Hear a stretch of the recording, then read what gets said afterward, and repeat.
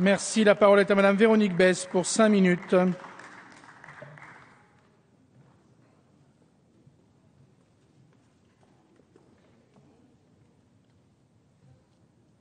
Monsieur le Président, Mesdames les ministres, mes chers collègues, le contexte dans lequel nous abordons l'examen de ce projet de loi de financement de la sécurité sociale nous appelle à un véritable devoir de vérité envers nos concitoyens. Le poids de la dette remet en cause la crédibilité de notre pays, car il fait peser une menace sans précédent sur nos épaules et surtout sur celles des générations futures. Le retour à l'équilibre des comptes de la sécurité sociale est une nécessité absolue. Pour autant, une fois de plus, le compte n'y est pas. Le déficit abyssal de la sécurité sociale atteindra, selon les prévisions, 13 milliards d'euros en 2014. Alors que le contexte économique actuel exige des réformes importantes, ce projet de loi de financement de la sécurité sociale est marqué par de nouvelles hausses des prélèvements et une augmentation des dépenses. Il n'est pas à la hauteur ni de la situation ni des attentes des Français. Au-delà de la question centrale du budget de la sécurité sociale, l'enjeu de ce texte est d'abord de garantir la solidarité nationale. Et pour garantir la solidarité nationale, ce projet de loi doit protéger les Français. Le constat est sans appel. De plus en plus de Français ne se font plus soigner. Faute d'argent, nombre de nos concitoyens n'ont plus accès aux soins.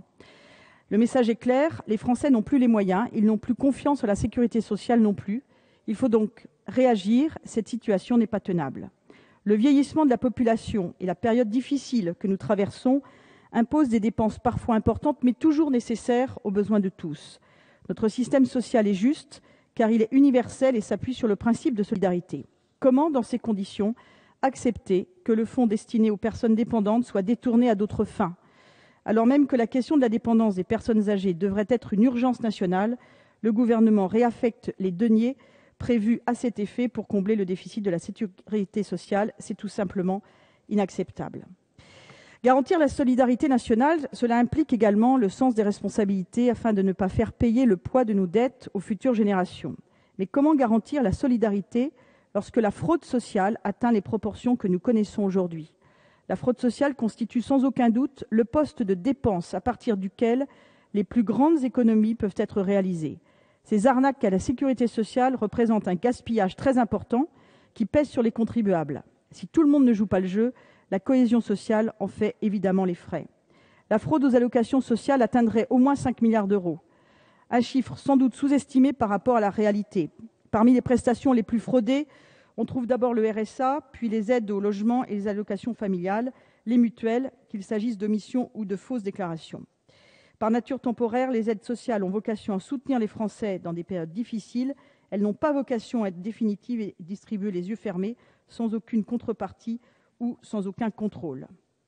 Garantir la solidarité nationale, cela implique aussi le redéploiement des ressources au sein de notre système de protection sociale, afin de prendre en compte à la fois les évolutions de la démographie et les besoins sociaux. Car ce système est exigeant. Il impose de développer des politiques de prévention audacieuses et volontaristes, afin que les dépenses ne soient pas uniquement destinées à réparer des maux, mais aussi à les prévenir.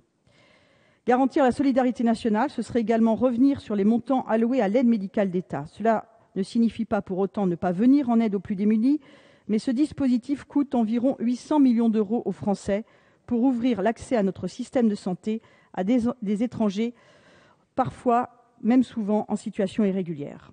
Et qu'en est-il du problème de la désertification médicale? Notre pays ne manque pas de médecins, mais on le sait bien, leur répartition ne répond pas aux besoins de la population. Consulter un médecin est de plus en plus difficile dans certaines zones. Les territoires ruraux sont là encore les laissés pour compte. Garantir la solidarité nationale passe aussi par là, l'égal accès de tous les Français aux soins et donc à un médecin. Une fois de plus, ce projet de loi de financement de la sécurité sociale passe à côté du sujet.